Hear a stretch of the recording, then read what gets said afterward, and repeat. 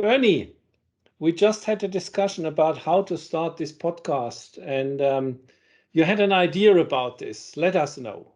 Okay. Agile has become the trend-setting idea for projects over the last 10 years. More and more people want to be agile because it sounds sexy, because it sounds as if you're really innovative and therefore agile. Agile is a wonderful word because it means that you're flexible, that you can react quickly. But I think I've seen in a lot of companies a rather worrying tendency to confuse whether a project is suitable for agile or whether agile is suitable for projects. And that's a pretty important difference. And it's all got to do with the mindset of the people involved, and not just the project team, but the organization that is asking for a project to be performed.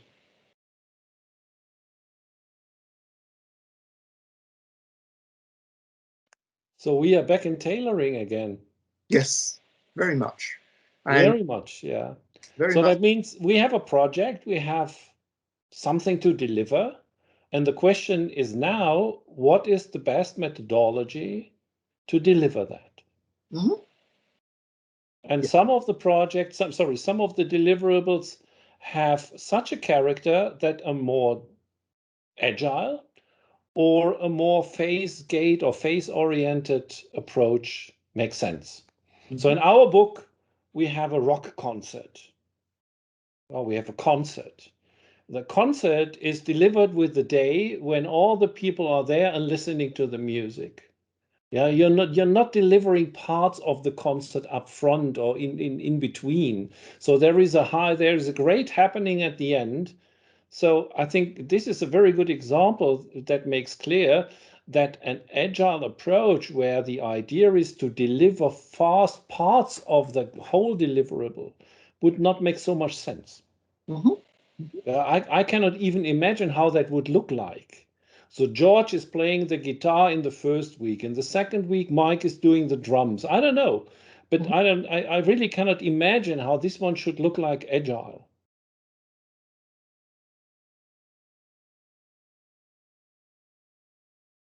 But while we are talking about the topic, Bernie, why do we think an agile mindset in agile projects is so important? Let me start with my observations. I've seen so many companies that really were failing on doing agile projects because the right mindset for that was not there. They did not even understand what it means to do agile projects and what the consequences are and what the prerequisites are to be successful in such a case. Okay, you've already used the word mindset at least 3 times. Mindset is an attitude, a collection of values that affect the perspective that you have on the world. So what's an agile mindset for you? Yeah, the main thing is that some very important parameters in project management are changing. Let's say in a less agile way, you typically work plan driven. So what does mean plan driven? You have a scope, and according to the scope, you do planning. You go very, very deep into the detail. You will find all the requirements for the product you're developing. And then based on the scope, and that's exactly how the PMBOK is doing it, you think about what kind of activities I have to do to fulfill that scope. You bring them in a certain order. You think about sequences and so on and so on. And maybe in between you do some testing, and at the end you deliver the project.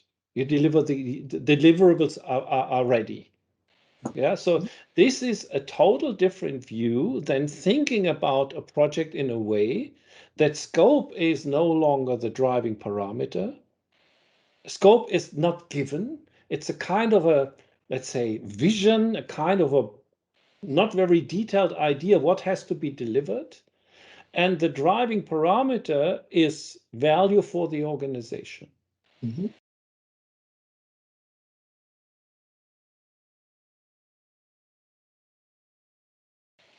Okay, I would like to pick up that point about value for the organization, because in Agile, this has an awful lot to do with the way the organization is set up, the roles that people have there, and the level of responsibility and accountability that people have within that.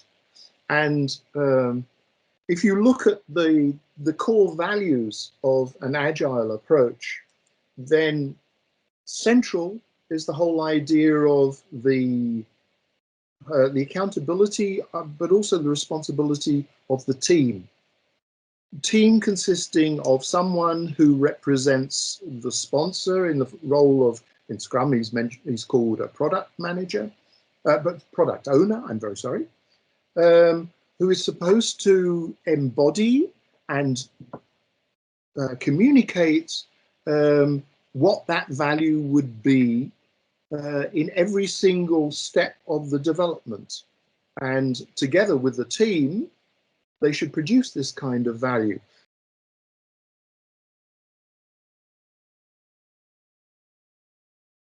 But this is a huge step for a company. I talked before in the other podcast about governance, where they're used to having managers outside of a project being contacted as major stakeholders, having a word to say about what is important, what is less important.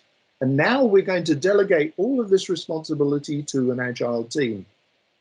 And that is a very, very different way of looking at things. It's also a different way of doing things.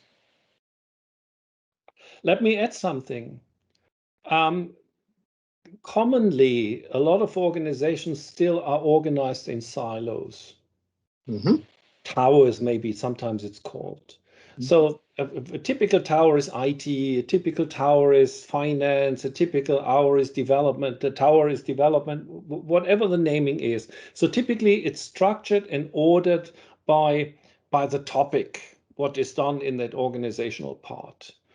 A lot of projects are not only done within a single tower, they are overlapping. Mm-hmm. But the people in the tower are still measured. Their value for the organization are still measured on the goals of the tower and not the goals of the organization. Mm-hmm. So even if you send somebody from the business to such projects, assuming there is somebody willing to take the responsibility and also having the right skills to do that, let's assume that for a second, there will still be always a conflict what value means, because the value for one tower not necessarily is the value for another tower. Mm-hmm.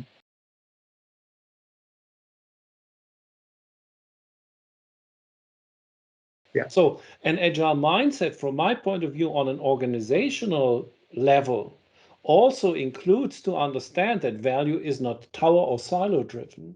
No. And here the problem latest starts. Mm-hmm. Just beside, and I made the assumption that you find all those people and send them to the project. If you go out nowadays into the organizations, you will not find so much of those people.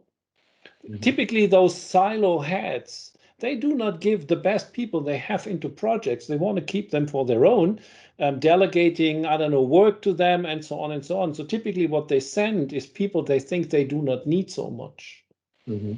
Mm-hmm. Yeah, although it should be exactly the way around. I'm not talking about all organizations, of course, and maybe some of the people listening to us heard about something which is called Scrum of Scrum or SAFe or something. These are organizational models where they try to support this agile idea, not even in the project itself, because Scrum does not think so much about it. Scrum is about the project itself. But Mm-hmm. Scrum does not think about the interfaces to the organization. And if the organization fosters such a kind of agile mindset or agile thinking, that's not what they're doing. And those models are doing that, or those organizational models are doing.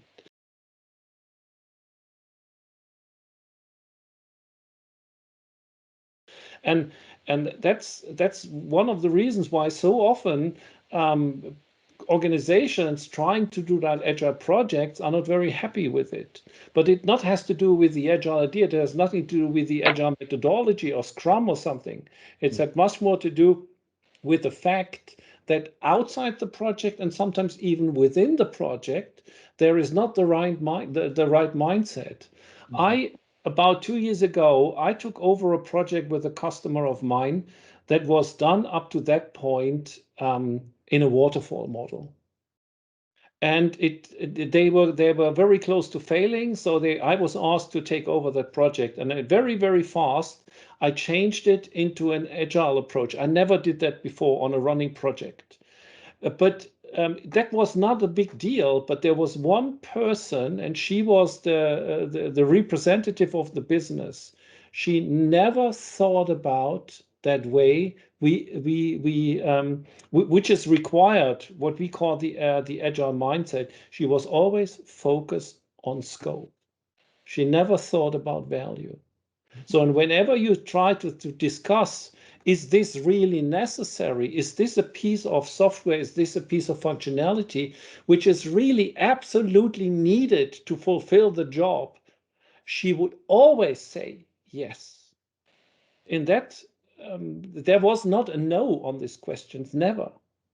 Because she always felt if something is not exactly as it thought from the early beginning, if we skip things, yeah, even if they were not very important, this is not okay to do it, because she was always coming from scope and she was not coming from value. Yeah, But this is very typical. yeah, but this is a very typical situation for change management. I think project managers, I belong to them myself, I'm sure, have for a long time just thought scope, the whole scope, and nothing but the scope. That's something that has driven us for a long time in the way that we look at projects. So what we're talking about is, if we want to move into an agile approach, then we've got several levels of change that people have to cope with. One is at the project manager level. There are some projects where the role is even in question, although I think that's something we could talk about afterwards as well. Then there's a question of the project manager, if he or she works within an agile project team, how can they accept a completely new way of doing things bit by bit, and deciding with every step along the way, are we delivering this value or not? And are we getting our priorities right? But alongside that, you've also got the problem for organizations, which I would regard as a leap of faith, because basically in Agile, an organization gives up a lot of its trust, if you like, and it's a lot of its own power to the project team. And they say, you decide for us what the most important deliverables should be for us. These features in a piece of software are the most important ones because they're going to deliver the most value. But you and the project team are in the best position, because you have the best people within that team, to make that kind of decision.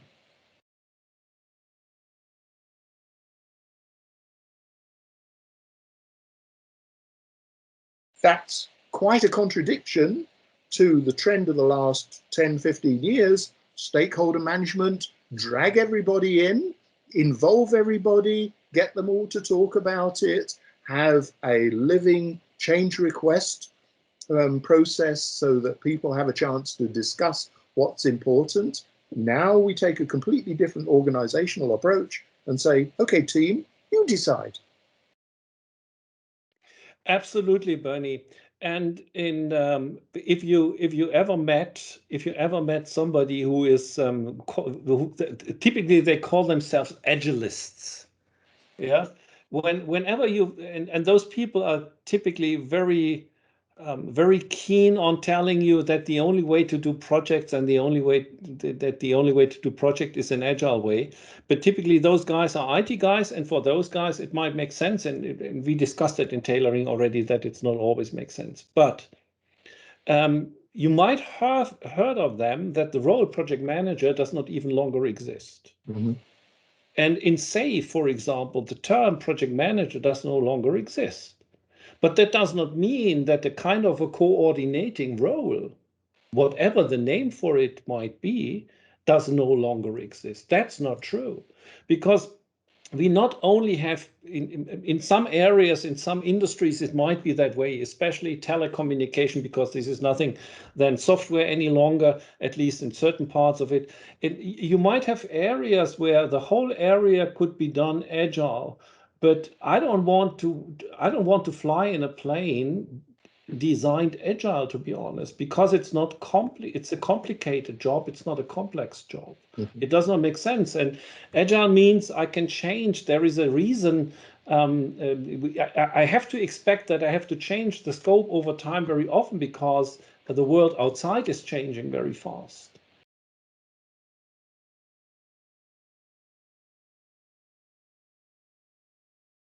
But this is typically not when you build a plane, to make an example. And in a lot of projects, you will find the situation that you have parts of that are agile and parts of that are not done agile. This is what we call, everybody knows the term already, I assume. It's called hybrid projects because it's two characters in the same project. If you don't have a person to organize it, whatever the name is, that will fail. Yeah, because at the end of the day, you have to bring two worlds together. And this is the most common way how organizations are doing it at the moment. So if somebody pops up saying, "Oh, in 10 years, artificial intelligence and the teams will be there, and you will not find any project manager any longer," maybe the term disappeared, but not the role.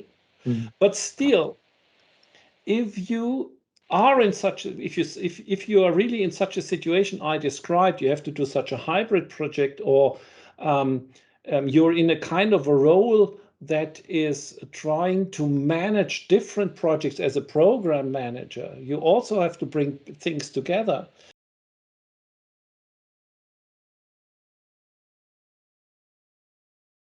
And if you're in such a role, the question is also, what does it mean for my role, being a project manager, a program manager, or whatever the name might be? And you brought up two very important things. You talked about the role, because the role changes dramatically from the person being in the center, organizing, keeping people motivated, stuff like this, to leave more or less to leave the team alone, but um, building the route for them, building the road for them. In Scrum, it's called impediments. If something is in the way, it's an impediment, and your role is to get off the impediment. So you have to build the way so the team can be as productive as possible, and more or less they are totally self-organized. But self-organized has some prerequisites. Not everybody wants to be self-organized. Some people want to get orders daily. Yeah, so not everybody loves to work that way.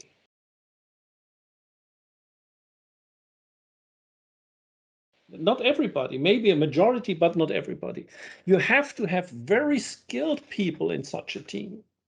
Because if there is only one skilled person and the others are beginners, how can this be self-organized? Because everybody is looking at this experienced person like being, I don't know, close to God or a guru. And then, of course, you can think about who is taking the decisions in such a project and such a team, to be more precise. Yeah. But of course, that does not mean that you cannot think about how to provide an agile mindset to your team or to people you're working with. And there are several ways to do it. But before we discuss that, I think we should make clear that some things do not changing. Of course, the question always will be, when will the project be done? When I get the product? And of course, if people think nobody will ask for money any longer, how much does the project cost? Of course, they will ask. Yeah. And another question, because you brought up stakeholder management. Of course, stakeholder management is still important, because at the end, everybody who was involved or who has to do something with that product have to say, yes, that's it. That's what we look for. That's what we are. That's what we look for. And of course, we said this in the other one, in the other podcast already. Being agile up to a certain degree is also kind of dealing with risk. Yeah.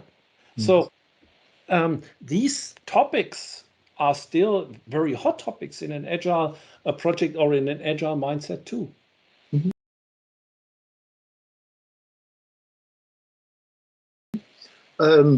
One thing I would like to pick up on, again, has got to do with the various members of this team. You've talked about whether a project manager is part of the team or maybe just a facilitator so that they can actually work. But you need someone in a more traditional moderator, facilitator role. In Scrum, they call them a Scrum Master, who makes sure that the interaction works as well as possible. That is not a day-to-day skill that everybody has. And why a lot of IT people find the idea of Agile so attractive is that it's a very pleasant way of working together on a topic or a number of topics from beginning to end. A lot of the waterfall predictive-based approaches divide up, chop up the various tasks so that teams are constantly changing. And Agile at least offers you the great advantage is that you keep a team together. At least you keep the team together as long as they're performing really well.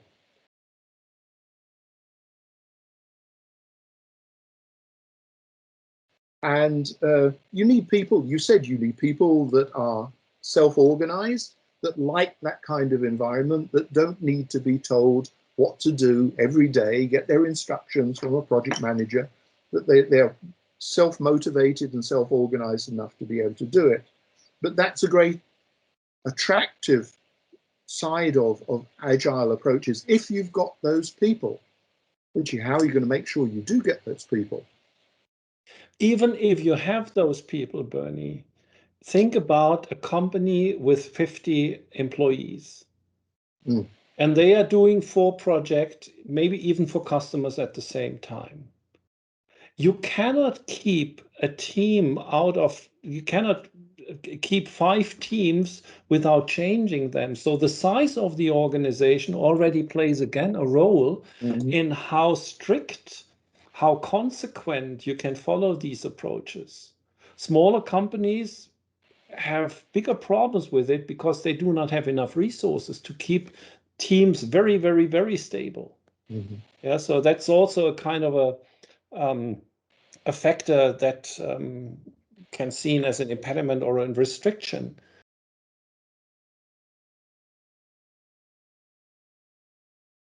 Yeah, so the size of the organization. But coming back to that, not only to that project I described before, but what you can do to define a kind of a more agile mindset in your organization or even in your project is if you think about the tasks are very similar up to a certain degree, but the way you think about it are different. So, for example, in an agile project, you think much more about deliverables than activities.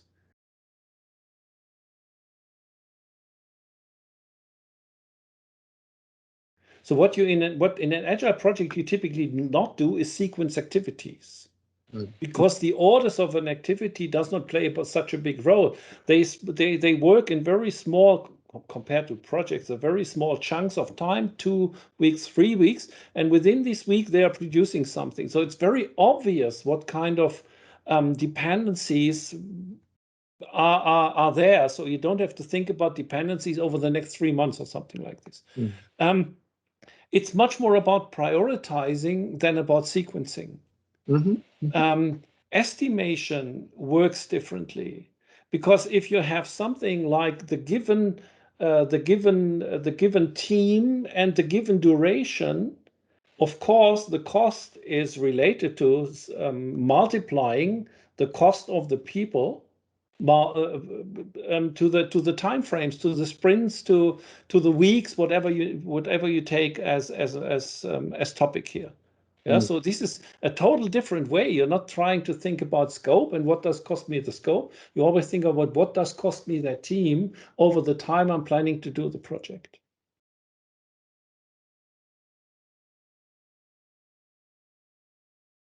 That's what is changing in terms of schedule from my point of view, dramatically. So it does not make so much, you will not find so much MS project plans on an agile project because they are very boring. Yeah, you have always 2 week chunks as a sprint and one comes after the other. Okay, therefore you will not typically, those people do not work with MS project. But if you're working in a hybrid project where you have a part which is agile and not, of course, you have to incorporate that.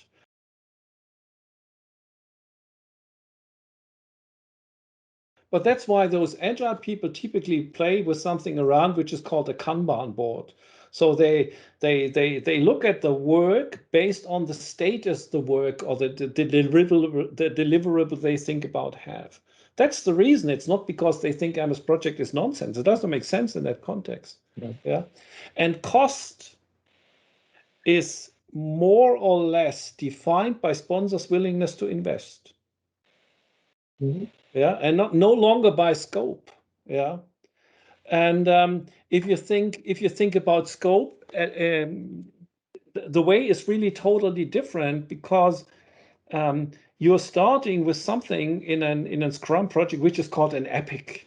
An epic is a kind of a very rough description of a certain behavior of a product. Yeah, kind of a. I'm trying not to use the word requirement because that's exactly not the case. Yeah, it's a rough idea of certain behaviors of a product.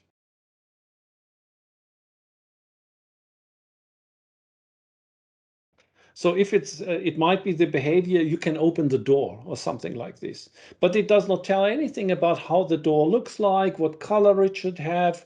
Does it open to the top? Does it open to the side? Nothing like this. It's just saying, I need a door. Okay. And the details are defined when the sprint is there to build the door and not upfront. And another thing is the whole methodology is based on the assumption there will be change. There will be a lot of change. Change is good, not change is inevitable, how the PMBOK it always says. Yeah, okay, change happens. We have to deal with it. This is more or less the view or was the view of the PMBOK so far. Agile is saying change is good because change, if you have change, that means you're up to date. You're up to date with the world outside. If you don't have change, that means you do not understand what's happening outside.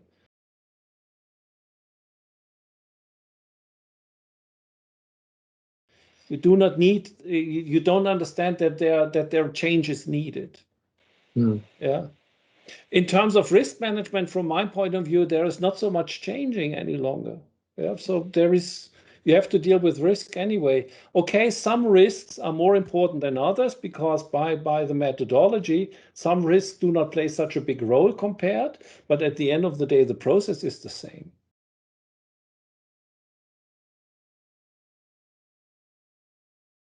Yeah, if there is a risk, you have to think about how to deal with.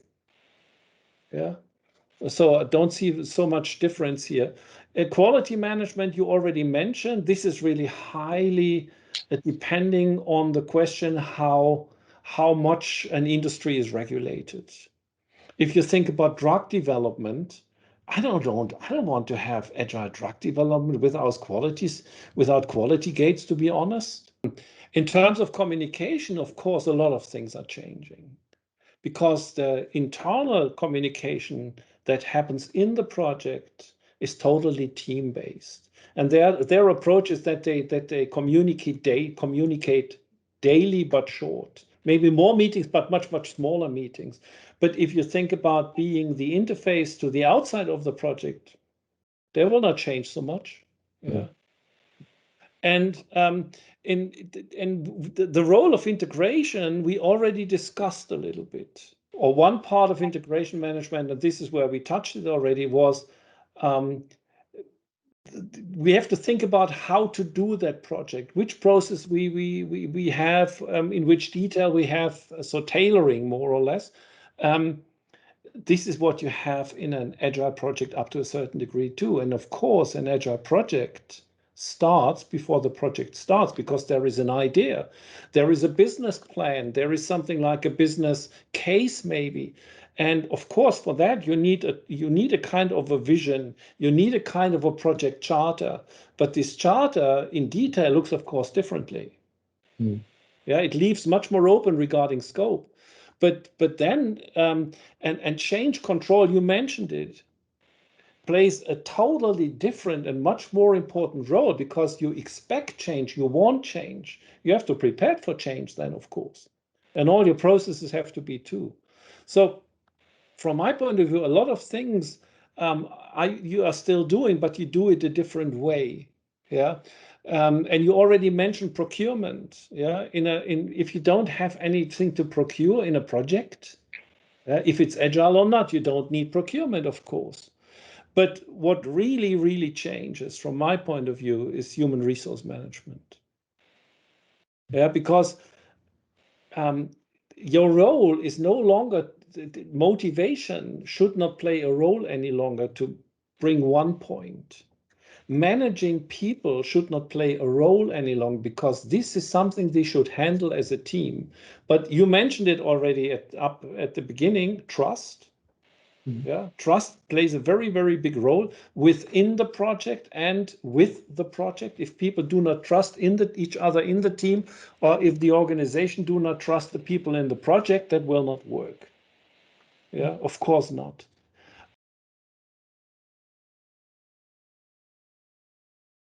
And people have to be agile minded. They have to have this agile mindset.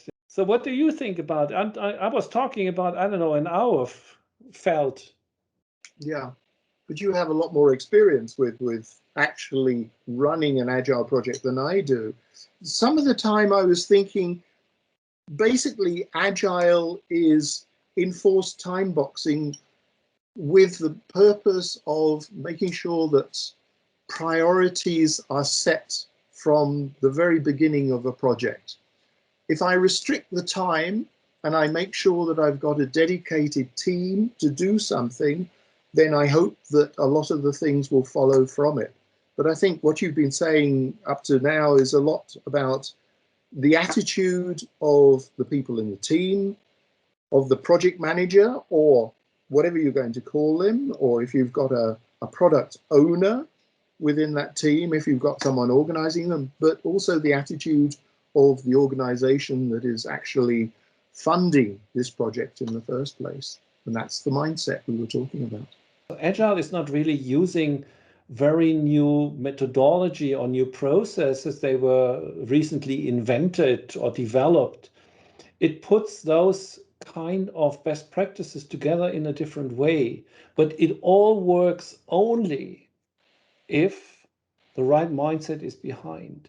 If I do not follow the idea of being value driven, the whole thing fails.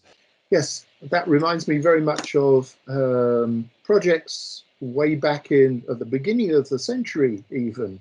Gosh, it makes it sound as if we're in the 19th century now. But no, I can remember when we were working for CSC, there was a methodology called Catalyst that was developed in the States.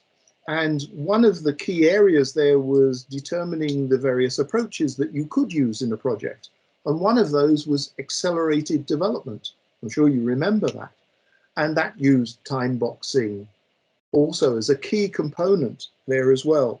And I can remember in those days, there was a huge amount of difficulty in actually applying that for precisely the reasons that we've mentioned here so far, that the environment was not agilely minded, even though the word agile had not been used in this context before. People were not flexible enough to, A, dedicate or to delegate so much responsibility to a project team to make decisions quickly. So in many cases, teams were very often forced to go back to much more conventional approaches. Absolutely. And as we discussed, at the end of the day, if you do agile projects, there has to be an environment that does allow within the project to be agile.